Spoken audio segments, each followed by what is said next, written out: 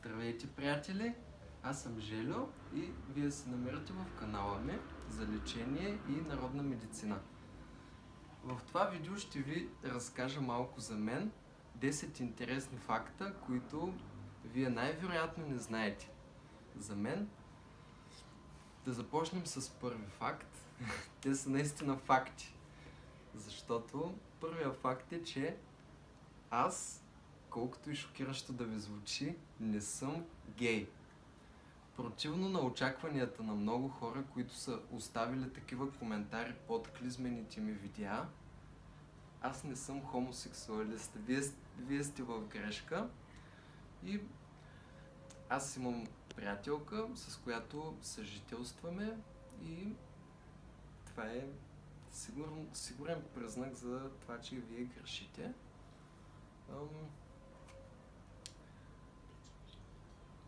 Аз харесвам жени и само жени, само от този пол съм привлечен и нямам никакви привличания към мъже. Съжалявам, мили мъже. Следващото нещо, което искам да ви кажа, е, че аз съм тотален привърженик на тема чистота. Маняк на чистотата. Обичам всичко около мен да бъде винаги чисто, изрядно чисто. Където има малко прах или нещо, аз се опитвам да го изчистя. Интересно, което е, че не винаги съм бил така и даже повечето години от моя живот съм ги прекарал в тотална бъркотия и каша. Още като малък съм живял в една от най-разхвърляните стаи. Всичко беше по земята, по бюра, по секции, навсякъде. Всичко навсякъде. Но интересният факт за това е, че всичко си знаех къде е и си го намирах много лесно, когато е разхвърлено. Дори сега, когато всичко ми е подредено, изпитвам по-големи трудности в намирането на нещата. Друго нещо, което искам да ви кажа е, което може би вие се предусещате, и е, че аз се занимавам с рисуване. Имам диплома за художник, така нареченото художник, магистърска степен. Завършил съм скулптура в Велико Търново, но в момента това съм го оставил по-скоро като хоби и така на заден план. Понякога, т.е. не си изкарвам прехраната с това, не ми е професията. Понякога в свободното си време и когато имам така вдъхновение някакво, тогава изливам нещо или върху лист, или с подръчни материали, с каквото имам. Може дори и като децата с кал и вода. И също така съм завършил рисувални училища, които по някакъв начин са ме оформили като индивид. Тази картина, която виждате зад мен, е на един така наречен колега, който аз лично не познавам, но символизира Орфей, който е с лирата, който, както знаем всички, е омагьосвал дори животните. Както виждате, това куче е тотално хипнотизирано от магическата лира на Орфей. И така. Друго какво да ви кажа?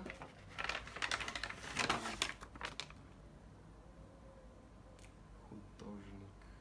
Да. Понякога четвъртото нещо, което дори и аз не знам за себе си, не знам дали е точно така, но имам някакви предчувствия, че може би искам да е така, е да бъда веган и вегетарианец. Това го бих желал от чисто естетически причини и чисто здравословни причини, защото смятам, че животинските продукти не са най-добрите за да бъдат употребявани от нас. Поне смея да кажа, че летните месеци и когато има изобилие от плодове и зеленчуци, аз се стремя да бъда плодоядец и суровоядец и така повече на салатки и зеленина, но най-вече обичам плодовете. И така да си ги откъсна аз, да ги държа в ръце и да ги ям така сурови. Дори няма нужда да са на салати, специално приготвени, директно от плода, от дървото, от корена. Така ми е най-вкусно, така е било винаги. Аз съм закърмен на село. Първите години съм ги изживял на село и съм имал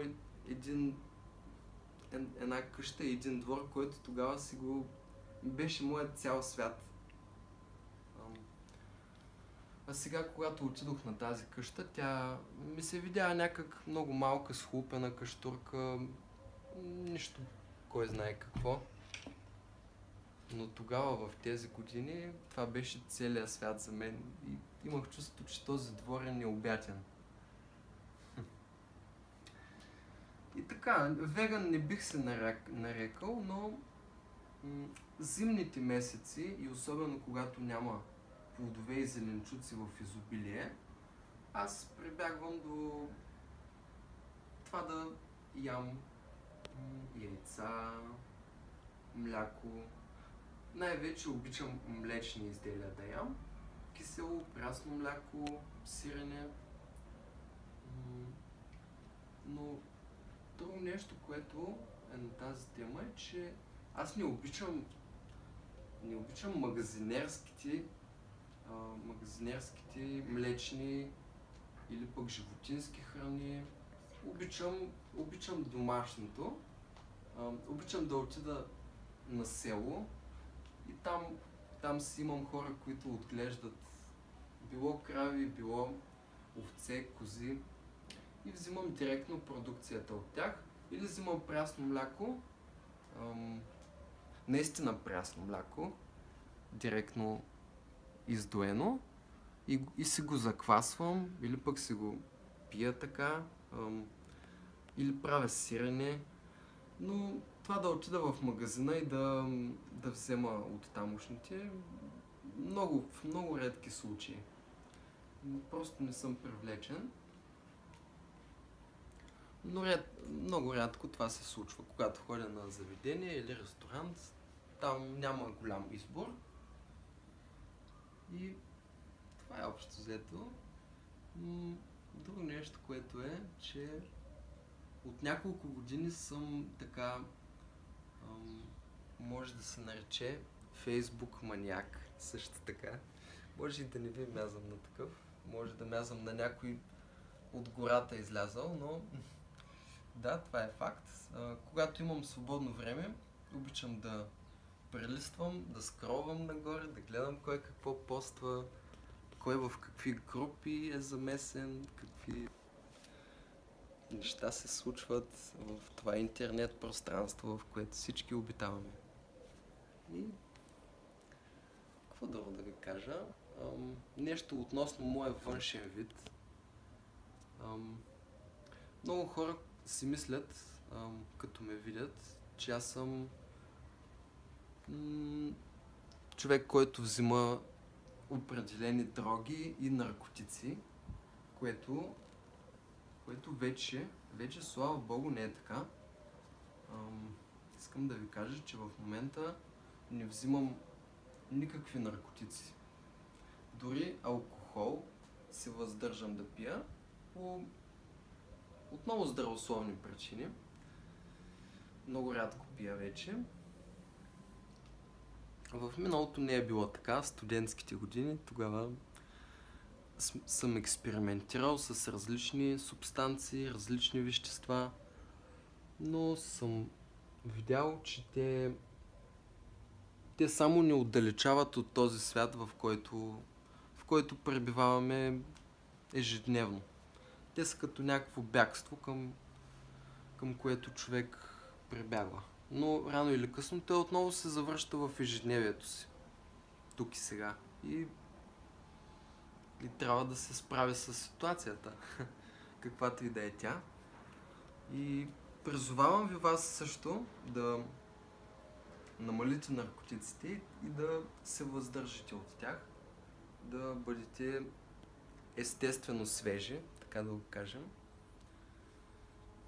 Друго нещо е, че аз обичам естествената голота и обичам да се разхождам гол навсякъде, където имам тази възможност, където ситуацията ми я позволява, където няма да ми направят забележка или...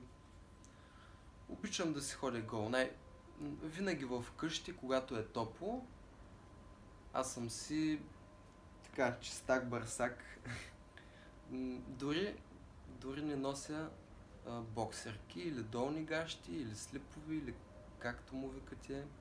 В миналото съм носил, но вече не. Това не е за мен. Дори на плаж като ходя, обичам да се разсъблека, абсолютно чисто гол, за да ме облее цялата слънчева светлина.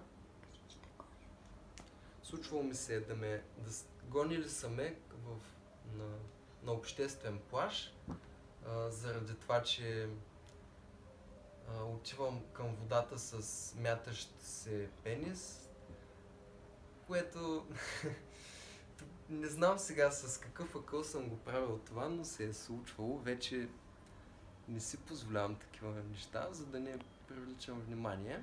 И когато ходя на плаж, най-често ходя на плаж, който го позволява. Не и на нудистки плажове, но на такива, които няма много хора и където няма малки деца, най-вече.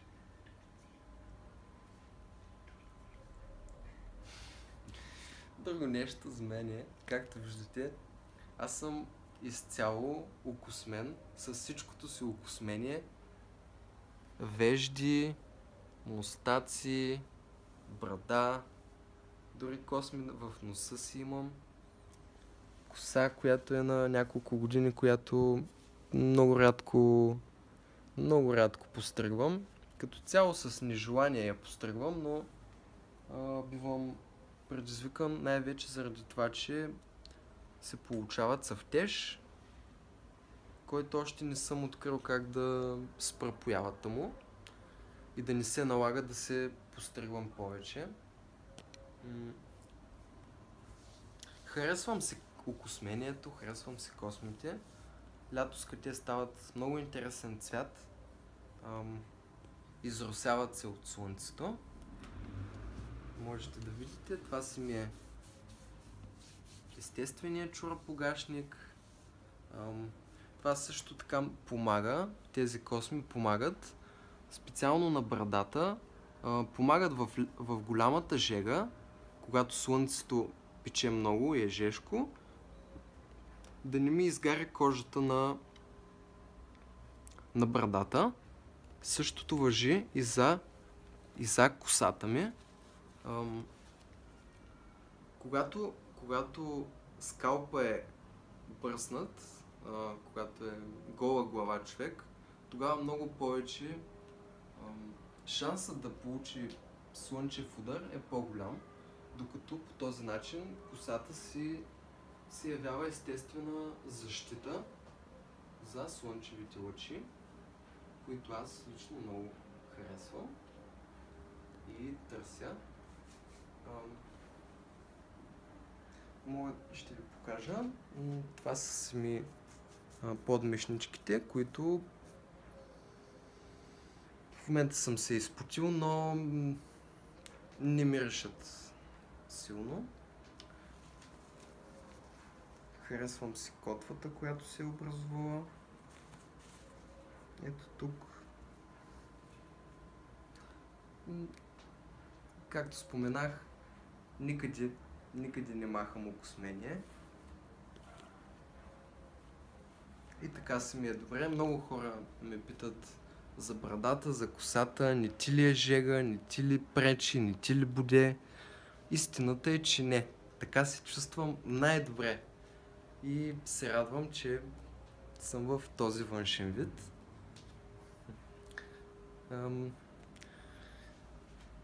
Моля, абонирайте се за канала ми, ако не сте го направили още, за нови видеа на най-разнообразни теми.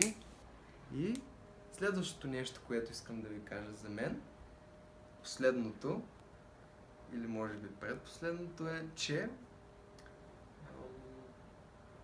не обичам да ползвам презерватив или кондом по време на секс. Това е също нещо, което малко хора знаят.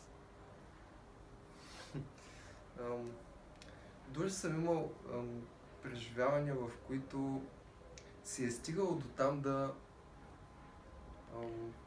че сме изпускали да правим секс заради това, че аз не съм искал да ползвам презерватив с една жена.